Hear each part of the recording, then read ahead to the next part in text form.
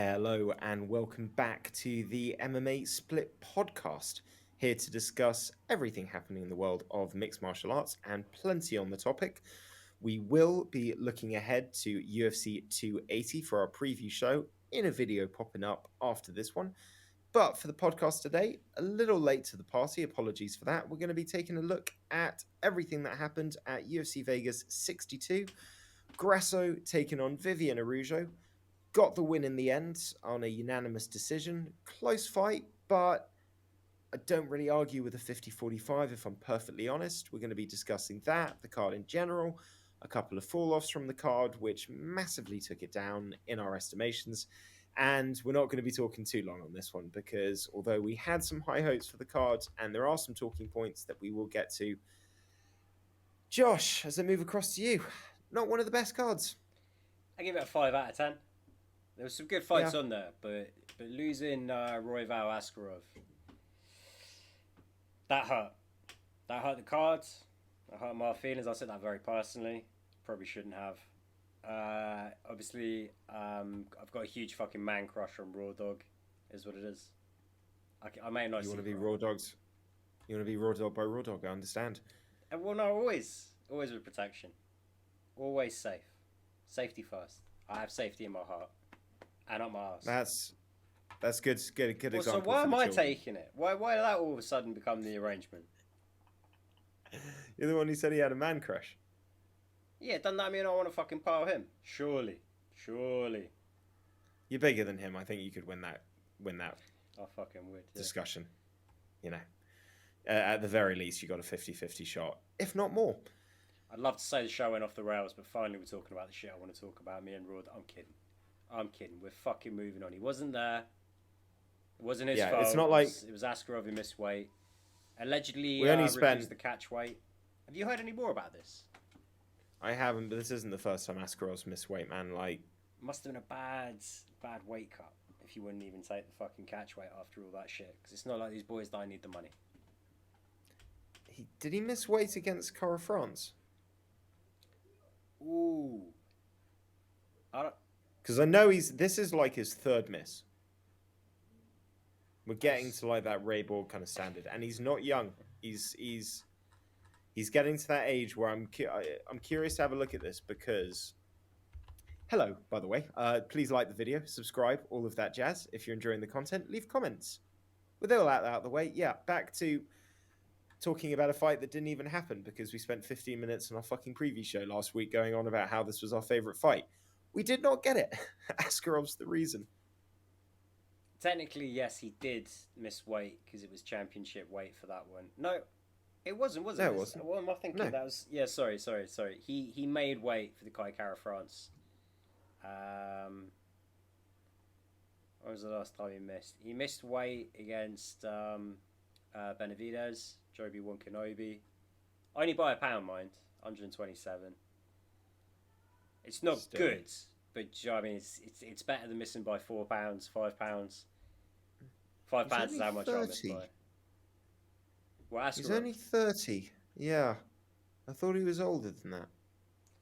No, just a very credentialed fighter. I was more thinking because I was thinking if he's 35, then you start wondering like, is it a case of the same weight cut is no longer effective or he's not getting the same results? But at that age, I think that's not how Cub does it. We'll also, I mean, we'll talk about Cub in a bit. Yeah. We'll talk about Cub. It's disappointing for Askarov because when it comes to flyweight, I know it's the same if you miss weight in whatever weight class you're in, but when it's flyweight, there is a feeling of like, okay, you probably are pushing as far down as you possibly can go. There's probably no one to blame but yourself. And let's be honest, it's not like there aren't other weight classes in 10-pound increments that you could fight at if this is undoable for you.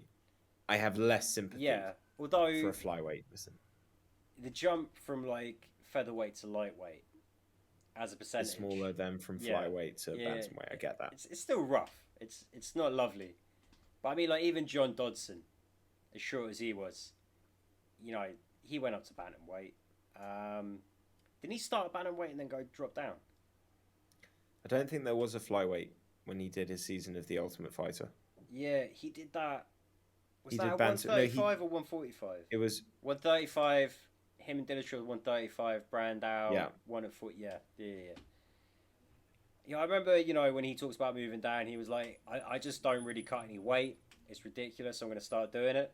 He started doing it and he realised, shit, I really wish there was a 130-pound class. You know, MMA isn't popular enough that you can have the same number of kind of weight classes as like boxing. Is what it is. But yeah, absolutely. I think Askarov would fucking love a 130 division and all. True. But this is also the issue when you have that wrestling style and you're a weight bully to a certain extent. I do believe there's a way that he could recondition his body and probably have to cut less weight. But his style requires him to try and push those maximums to their limit so that he's as effective as possible. And obviously with that comes the fact that you kind of have to make weight. Yeah. I mean, shit, even John Lineker made weight from time to time before he It's crazy to think. up. This is a guy who's got a 14 1-on-1 record. He was undefeated until his last fight. And now it feels like he's a mile away from the title in this division. Which is crazy to think about. Because look at what's happened to guys like Pantoja. And you've got the Moreno quadrilogy with Figgy. And you've got, Brandon Royval who's coming up. Yeah. So there's guys that are passing him by. Probably only 4 or 10. Let's be real. So I know your dream of seeing just them fight out for the rest of their careers. I mean, that would be like, it might get to that. You might just say they're the 2 best guys. They're just going to fight twice a year, and that's just how it is. We're going to get 3 years of just these epic fucking wars. I wouldn't hate it. Their doctors might. Might be a neurosurgeon saying there, listen, I'm not going to tell you not to fight. Can you just go fight some wrestlers? Can you stop fighting Figgy? Can you stop fighting this hard-hitting fucking... It's okay to sign on for 5 fights, for 5 rounds. But you need to be fighting people like a little lower than your style, so you don't have to fight 5 rounds. You can't keep fighting 5 rounds against someone that's just as fucking good as you are. That is not the retirement Imagine plan. it's another draw. Imagine it's another draw.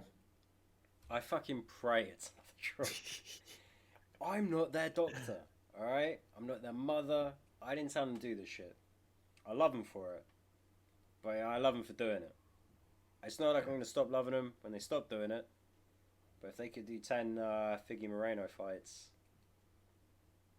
Yeah, I'd fucking watch Let's that. be honest as well. Considering the sports that we watch generally involve a high risk of head injury, I think it's just one of those things we have to just accept as part of the entertainment and just blissfully look the other way until they're 50 years old and start running into oncoming traffic. Shit, man. Well, yeah, any other opponent, and you'd be like, yeah, well, the real damage here is that they're taking all these fights, doing all these training camps. You know, it's a lot of wear and tear. But when you're going to war with a guy who's every bit as good and as violent as you are, and it almost always goes 5 rounds, fuck.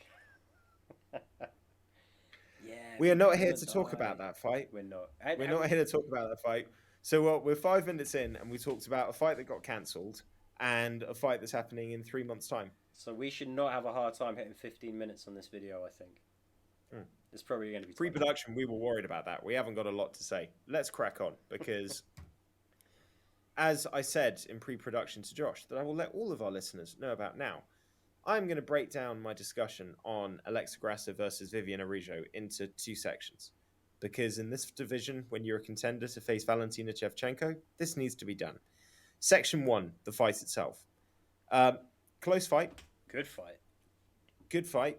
I thought great example of a close fight can still be 50-45. Yeah.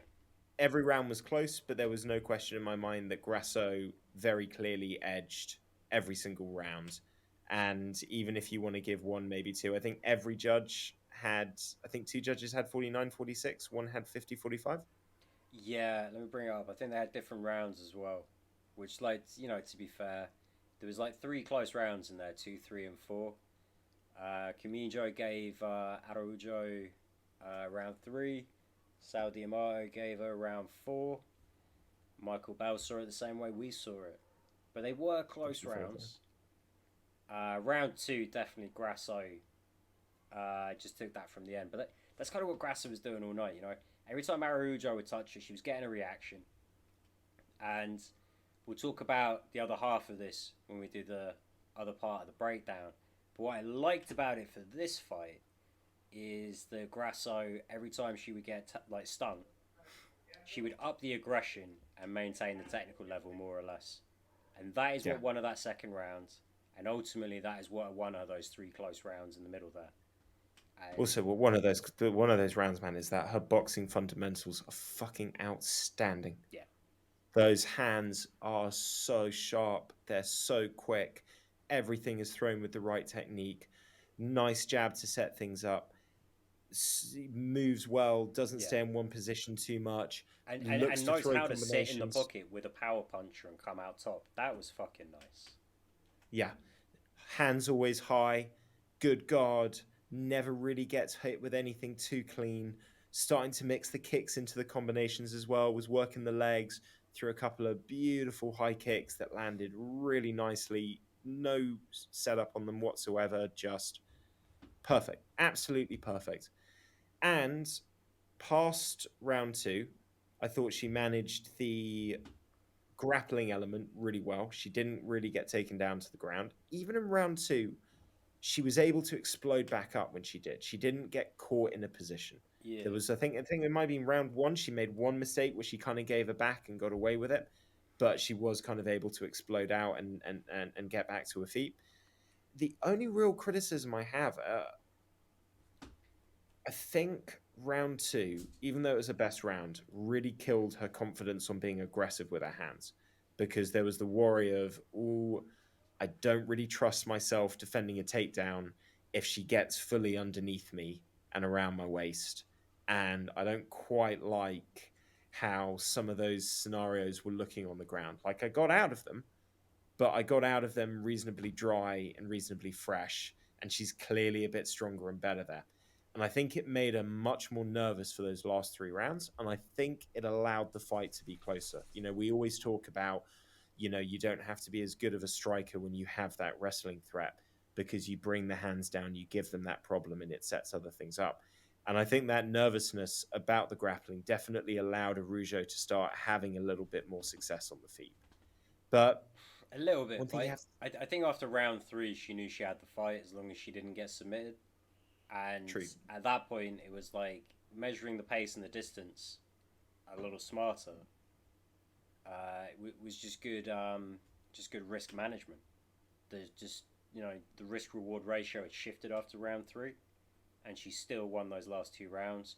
Although one judge did give round 4 the other way, one judge did give round 3 the other way. Ultimately, you move fucking point. I gave her all 5. You gave her all 5. And every round was by a point. First main event, first 5-round fight.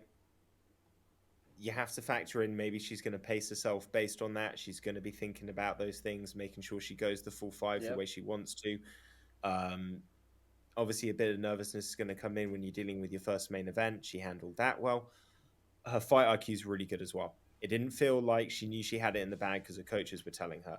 She's understanding, like you say, when she got hit with something, she knew how to respond, make sure she was doing more work and being more effective than Araujo and managing that distance and her timing really well. All of those massive pluses. I'd say big B plus on the performance. Got through the main event. You're a contender in this division. And that's a good 5-round practice run. But as practice runs go, Matt, is she champ ready? She is not Shevchenko ready, man. So this is no knock. She is 30 years old. She has got time to improve. She is still moving up in the weight class. I think there are physicality issues with some of the stronger, more powerful grapplers in this division that will be an issue. I don't think she beats Andrade right now. And here's the negatives I've got. The hands are really nice, but she hasn't got that like devastating power. She can sit girls back. It has to be in combination and volume. So she's got to be really sharp for the whole fight. Even though I think she moves really well with her footwork, she seems very stiff with her upper body. I don't see. There's no feints. They brought this up. There's no kind of little sort of feints and trying to get little movements out of your opponents and reads. It's very tight, or she's throwing, but there isn't that in between. I'd like more head movement. She's just her whole upper body. It just seems like everything moves, and her upper body and entire torso are just staying completely static. And I get that partly that's the style, and she likes to sort of do more evasion with her feet. But I'd like to see a bit more of that looseness, because if you do like to be in the pocket, you're going to need to be able to kind of roll and slip and be able to kind of implement that. And Do you not think against Shevchenko though that's just going to be like putting a T-ball on one of those little stands for the kids to swing at for the fences? Shevchenko is going to kick the ever-loving shit off out of her head. She's going to remove it from her shoulders. If I'm not saying for she gets a little Shevchenko. too I'm just wayward. saying. Yeah, I'm just saying. yeah. There's a stiffness. She I'm can not polish saying up. There's become. definitely things she can improve on. Yeah. I think that kind of I'm style not saying. though, might be, like, don't put your head out too far. Always keep, your feet, your hips basically under your shoulders so you can kind of react. Or at the very least, try and slip in, move forward, and try and crack Shevchenko. Because I really. She's got to swing for the fences a little bit. She's got to be honest, just throw the kitchen sink out. And I kind of threw you off with head movement. I don't mean so much become a shoulder roller and doing all that kind of like dipping and dodging and sort of take a page out of Yoel Romero's book, but I'm just saying there's a little bit of stiffness to her at the moment when she's moving around, and you'd like to see just a little bit more looseness. The big criticism, and this is going to be the worry, is she gets taken down by Shevchenko, and yeah, from what I've seen, if Shevchenko takes her down, she's not getting back up, man. And the way that Shevchenko, she can control her on the ground, she could submit her, or she can just get in a position and start being physical and raining shots down and get in that crucifix position that she loves to be in and start landing those elbows. And I feel like I haven't seen enough from Grasso to say that she's going to prevent that position from happening and she's going to be able to get out of it. And that is a problem. Even looking at the other contenders ahead of her, like Andrade is a real problem for her. I think Tyler Santos would be a real problem for her. yeah. Just it's a physicality issue at that point. Well, I mean, the only women in the weight class that really could kind of give Andrade a bit of a run for her money, obviously Shevchenko, and I think probably Tyler Santos. Tyler Santos has kind of proven that it's only really Shevchenko and maybe Andrade that could give her problems. You've got Shevchenko, and then you've got Chukagian. I'm going to go the other way across the screen because I was going to come out with that. Andrade and Santos. And I think Chukagian's probably the only one that Grasso would have a bit of success against there. And again, you can't really snooze on Chukagian though. She is fucking top tier. But she just keeps beating people that they've obviously booked her to lose against. Yeah, man. She was that person, for 4 years now, or 3 years at least? She's been 1 or 2 in that division. And everyone's just said, she's only there because it's a new division and it hasn't quite, she hasn't found her place in it yet. And then all these years later, she's lost a title shot. She's still there. I think her only losses are to champions. Yeah, and Jessica Rai, but that was early doors. Early doors. In her last 8 or 9 fights, it's just Shevchenko and Andrade. It's Shevchenko and Andrade. And Hebas isn't an easy fight. She's beaten a lot of good people at that point. Araujo, Calvillo, Maya. Although Calvillo is probably not as good as I once thought she was. Still. No, I'm not putting Calvillo there. But it's a shame because, what was it, a year and a half, for the last couple of years, I've been saying Grasso, Santos, and Casey O'Neill. You sort of been a bit higher on Casey and Santos and a little bit lower on Grasso. The only one we don't know about right now in this division is Blanchfield and Casey O'Neill. They're kind of like the unanswered questions where you look at and think there's something there potentially. But even Casey O'Neill, like, unless the striking has improved a lot, she gets eaten alive by a lot of these people ahead of her at the moment. Yeah, yeah. So We kind of got like our big four. Who wants to yeah, be the big five, but maybe Grasso eventually. Like you say, she is still young. 30 is not old in the sport. no, And that was a great fight, fucking solid performance. We're just trying to be the cynical realists here. Oh yeah. shit, That's why I we wanted just to clocked break it 20 down minutes. into two section. Damn. Well, on that marker, we should stop talking about this fight and we should talk about Cub Swanson, but not for very long because this saddened me. Um, I'm going to say it. Bantamweight was not a good idea. I Martinez caught him with some good shots there. He caught him with those shots because he was faster and he had a speed advantage Cub is used to having on other people. Yeah, definitely. I did think Cub looked very, very good. Outside of a few moments here and there, looked Bit less. technical, looked like he was going to do a good job of keeping it scrappy. I did think on paper he should be whipping Martinez, but like we said in the pig show, Martinez is no scrub. No. We didn't have it being that close. Still, fucking very happy for Yeah, Martinez. Don Cruz is never going to fight him, but fuck it. That was a nice little try your luck. Yeah. Throw it out there. Why not? He seemed a bit less durable, Cub, if I'm honest. And it's a deep division as well, man. It's not like he's cutting down to an easier weight class. Bantamweight is stacked well past the rankings. And Jonathan Martinez is briefed that, I don't think unranked. it was about kind of making like a championship run or anything though. I think it was more like I just feel like this is my best weight class moving forward, and like let's give it a go. Yeah.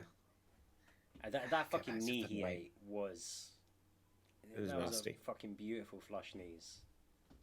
It kind of reminded me of do you remember Thomas Almeida against Brad Pickett? Yeah, that was that was a flush was a fucking good knee knee. too. This one wasn't like a jump knee. This was more like Alvarez against Gaethje. But my point is, like, flush knees are flush fucking knees. I thought Cobb did well. I thought he was getting. Yeah, I'd like to see him back at featherweight, but it's his career. I mean, the only thing with him, and we were talking about this, is that it didn't feel like this was I'm going to try and cut more weight. It felt like he just naturally lost some muscle mass. Yeah, he said it wasn't a struggle to cut weight anymore, so he felt like he should be dropping down in weight. Might not be the wrong thing. I don't know. I just feel like it's a little bit like Michael Johnson when he went down to featherweight, where it's like, dude, your whole thing is that you're faster than all these guys. That's where you get most of these knockouts from. It's not because you're super powerful. It's because you have that explosive, lightning quick, hand speed. And you kind of lose some of that when you go down in weight. Yeah, well, I mean, with Johnson, it wasn't necessarily the difference in the hand speed. It was like the footwork and just not being able to grind it out in the same way. But truth be told, even at lightweight, he beat fucking top tier guys. He'd still be trading wins and losses. He just couldn't find consistency. He couldn't put it together. And I don't think that's necessarily down to him. I think it's just the way the cookie crumbles sometimes. True. Still got that win over DP, the Diamond Poirier. And Tony. Can never take that away. Yeah. I put the Poirier one a bit higher, but... Yeah, but I mean, you look at, you got to take it. It was Tony at the time. What did Tony do after that, That's true. Let's run to... I don't want to talk about Jordan Wright versus Dusko Todorovic. This was a low-level fight. Both guys, they just... Fight of the night. That pains me. But yeah. Well, I mean, there wasn't that many great fights. Yeah, they weren't... I say there was 3, and we already talked about 2 of them. See, I wouldn't have counted the Cub one as one. Yeah, listen, I like Jordan Wright. He seems like a nice kid, but he's one of those guys that you look at and just think it's a bit like what Mike Jackson, who we're going to rush through at the end of this, but like sometimes it's not about following your dreams. Sometimes it's like you're not at the level where you can actually protect yourself and not get seriously hurt doing this. Like, you have to be good enough at the sport in the UFC to be able to do it at a level where, like, you're not just going to get annihilated every single fight. Or And get listen, Jordan tired Wright's had some trying wins. to annihilate someone, you know? And Jordan Wright's had some wins. He's knocked some guys out. He's had moments, but the 4 losses he's had are bad, bad losses. Bad, bad knockouts. Every single one of them, I think, is a bad knockout. Yeah, and do you know what? The guy has never, ever gone to the third round, and he's only gone to the second round twice. And the way he fucking gasses when he spunks his loads, you know. He has fights, he has wins. He knows what it is to finish someone, but he doesn't have that deep water, tired, cardio draining round 3, let's fucking rally kind of experience to his game. No, he doesn't have very good fucking defense either. Well, no, that's the problem, Josh. Getting hit clean tires you. Yeah. You know what I mean? It fucks your breathing up. You can't concentrate. You start having blood rush to all the places that you don't need it to be rushing, you know, to perform at a maximum level. So that defense ties into the cardio. It ties into everything else, but it ties into the fact that this guy is going to get hurt if he keeps fighting in the UFC. Like, really badly hurt. I mean, I've seen the dude get hurt. Hey, he's already been fucking hurt. He doesn't need to get more hurt, man. You know, the first. I know this is more of a boxing thing, but the idea is like the first thing that the thing that they test for when they give you a boxing license is, can you actually do this to the point that like you can intelligently defend yourself to a level where we're not just sending some muppet out there to get his head smashed in. Yeah. And at this level, I think Jordan Wright, and I know that they signed him to be a developmental guy, but he's not developing. No, cut him for his own good. He doesn't wear those shots well, and he eats a lot of them. All right, we talked about him too long. Let's work our way down. Okay, we're gonna have to be quick, but Asun Sao back from the dead. This was fucking sensational. I loved it.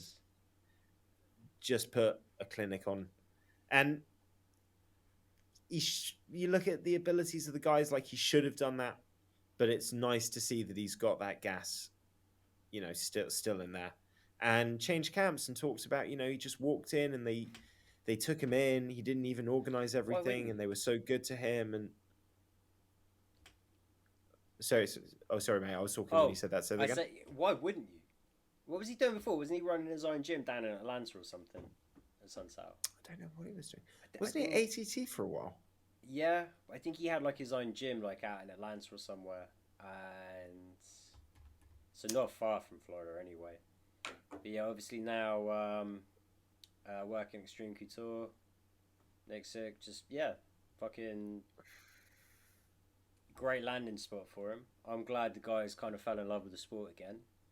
Victor Henry, I fucking rate. This was a good fight. This was a great fucking fight, even if it was a 30-27 fight. Henry's still young. This is only his second UFC He's not young. Fight. He's 35. That's the problem with Henry. Shit, 35. I thought he was like early 30s.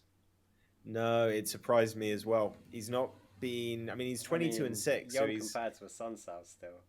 Josh Barnett, so he's a coach, but he's just come into the game late, so he doesn't have the opportunity to kind of learn on the job. Fuck it. You come into the game late, you still got some miles, some wear and tear on your tyres. You still got a thick tread. I think he's going to be good in a few years. If he hangs around the UFC for that long. Watch this space. Anyway, Sarkinov, Menafield. Sarkinov needs to, if he's still in the UFC by next week, I'm amazed, because it's just not working out for him, man.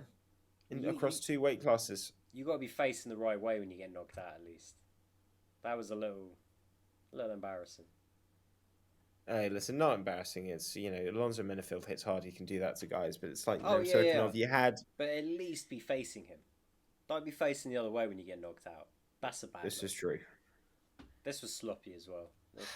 He lost fights at light heavyweight. He did the drop down to middleweight to buy himself a new life, and that didn't work out for him. And now he's bought himself a final reprieve going back up to light heavyweight, and he's been knocked out in 1.5 minutes. I think it's time to call it quits on Sarkinov. This is such a horrible podcast, isn't it? We're just saying cut this guy, this guy can't defend himself. This guy is just going to get hurt if he stays in the UFC. It's shameless, isn't it? We do it for the likes and the views and the subscribers. Fuck 'em all. Nah, look. We got a new subscriber the other day. Pretty sure we're up to 40 now. It's slow progression. It's slow progression, but yeah, I'll get excited when we hit. It is progression nonetheless. I'd like to get excited before that point. I think we're going to talk about like the mid 2 mils. That's where I reckon we slot in. I like your optimism. Yeah. Okay, we're just going to run through these prelims super quickly. Mana Martinez squeaks it past Brandon Davis. Most interesting thing about this fight was James Grasso in the corner. Yes. Although I thought it was a good fight. I thought Davis rallied well. I didn't think it was a split decision. I thought this was a pretty obvious 29-28 to Mana Boy, but yeah, good fight. Two guys that I'm still excited to watch fight again. And was this Davis's debut at bantamweight, I think? I believe so, but he's had... I would like to see him back up at 45, to be honest. Yeah, I saw a tweet about this. So he's had, I think, he's had a lot of losses, but they're all split decisions. Oh, no, he got finished by Grasso his last fight. So this is his second fight at 35. Don't know how I missed that, to be honest. No, wait. Sweet Jesus. So he once he left the UFC, he actually took a couple of fights at bantamweight. So I'm way off the mark there. But I think, losing to Magomed Sharipov, and that was a bit of a freaky sub. Giga Chikadze. I mean, Kyung Ho Kang's not like, he's a decent fighter. Barzaida's a good fighter. Bogniak's okay. I think 45 is probably the better option for him. He's not very durable at 35. When he wasn't getting sat down, when he wasn't getting fucking rocked, he looked fantastic. It's just that when Mana Boy, took those big moments away from him, that in my book equated to 2 rounds down. It just was what it was. Yeah. Well, enough said about that fight. Maximum versus Jacob Malkoun. I was actually really looking forward to this one. And all I kept thinking is, like, for fuck's sake, coaches, like, yes, he might be able to clear the doctor and continue. Why? He's not going to win the fucking fight. Look at him. You've watched this guy for 10 minutes. If he lands the left hook one more time, maybe. I disagree with it. I don't think the corner should let him carry on after the first round. Definitely not after the second. But I kind of see... I can understand the first round. I can understand the first. Nick would have been pretty salty about it if they'd thrown the towel in when Malkoun was really just kind of jabbing him up and... True. He didn't take as bad an arse beating as some of the other fighters on this card. And the worst thing he walks away from is what looked like a fairly serious knee injury. If he heard that pop and was able to kind of fight on as he did, I'm thinking it's MCL, ACL, which is going to be... even if you got deep fucking pockets, you're still looking at 6 to 9 months out if it goes well. So... Well, the point is that your knee injuries probably become worse, or you might have made it worse from him fighting on. He wasn't going to win the fight. I can understand after he wobbles in with the left hook early in the first that maybe you give him the second round. But here's the thing. Yeah, he's going to be salty, but you protect him, you get him out the fight, and guess what? He gets to look like a badass. Man, I would have continued fighting. My goddamn coach has pulled me out. It's this idea of, sometimes protecting the fighter isn't just about, sorry, somebody called me. I lost my train of thought. Protecting the fighter isn't just about that side. It's sometimes about the mental side. Like, don't make them have to prove that they're a tough guy. Don't make them have to be the one that quits. Yeah. Help them.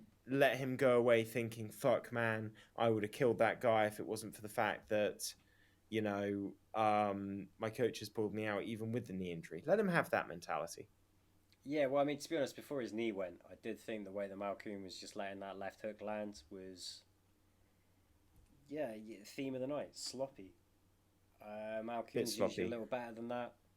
But once the knee did go, Malkoun just went, great, cruise control. I'm having success here. Yeah. When I stop having success, I'll change it up. but I'm not going to throw in needless like left kicks when he keeps landing this low kicks when he keeps landing this left hook. I'll just keep it where it's at. Sure, a little bit of criticism uh, from a lot of fans online, but fuck it. The man did what he had to do. All right, we're not going to really talk about these last few fights, but just a quick thing. Brito, easy sub over Lucas Alexander. No surprises there. Piero Rodriguez, Sam Hughes. Sam Hughes is tough, but Rodriguez squeaked that was a fun fight. Tyra, well, I mean, this guy's a hot prospect for a reason. Yeah. Got the job done. Very slick as well. Very dangerous on the ground. Very slick. And then Mike Jackson, Pete Rodriguez. Yeah, he's not up to the level. Who gives I'll shut up. Yeah. I'll shut up. Not the best card. It happens. They're not all winners. But at least it wasn't on stupid late. I think it was about 3:30. I got to bed Saturday. I watched it on the Sunday. And you I'm watched not doing it on that the this Sunday. week. Hell no. We were going to do a watch along, but unfortunately, not unfortunately, lovely. My dad's visiting. Well, hey, but I'm already going to have to persuade him to watch the main card with me. It's going to be a bit of a stretch to ask him to be on camera. It's just not the one. So we're not going to do that. But we will be watching the fight. And look out, because our preview show is probably dropping very soon after this video. Yeah, because we're already a day behind. I'm not going to stagger them. They're both going to drop tonight. But actually, they have to drop tonight. I'm in the UK tomorrow. I'm getting on the plane early tomorrow morning. Everything's going to be up tonight. So jump straight on over to the UFC 280 preview. Like, subscribe, do the right fucking thing. Yeah, you want to see your loved ones again? I'm kidding. I don't even know. Yeah. Why do you think Sly's not on the podcast anymore? That little bitch didn't subscribe. Is what it fucking is. That's not an admission of guilt. Maybe we should edit that out. Nah, I'll leave it in. Fuck it. We will eventually have him back for a guest appearance at some point, just to prove that he is alive. Yeah, this isn't some miscavige Scientology shenanigan bullshit. Anyway. Guys, Bye, thanks Laurie. for watching. Bye, Laura Betrifo. Bye, Dave. Peace.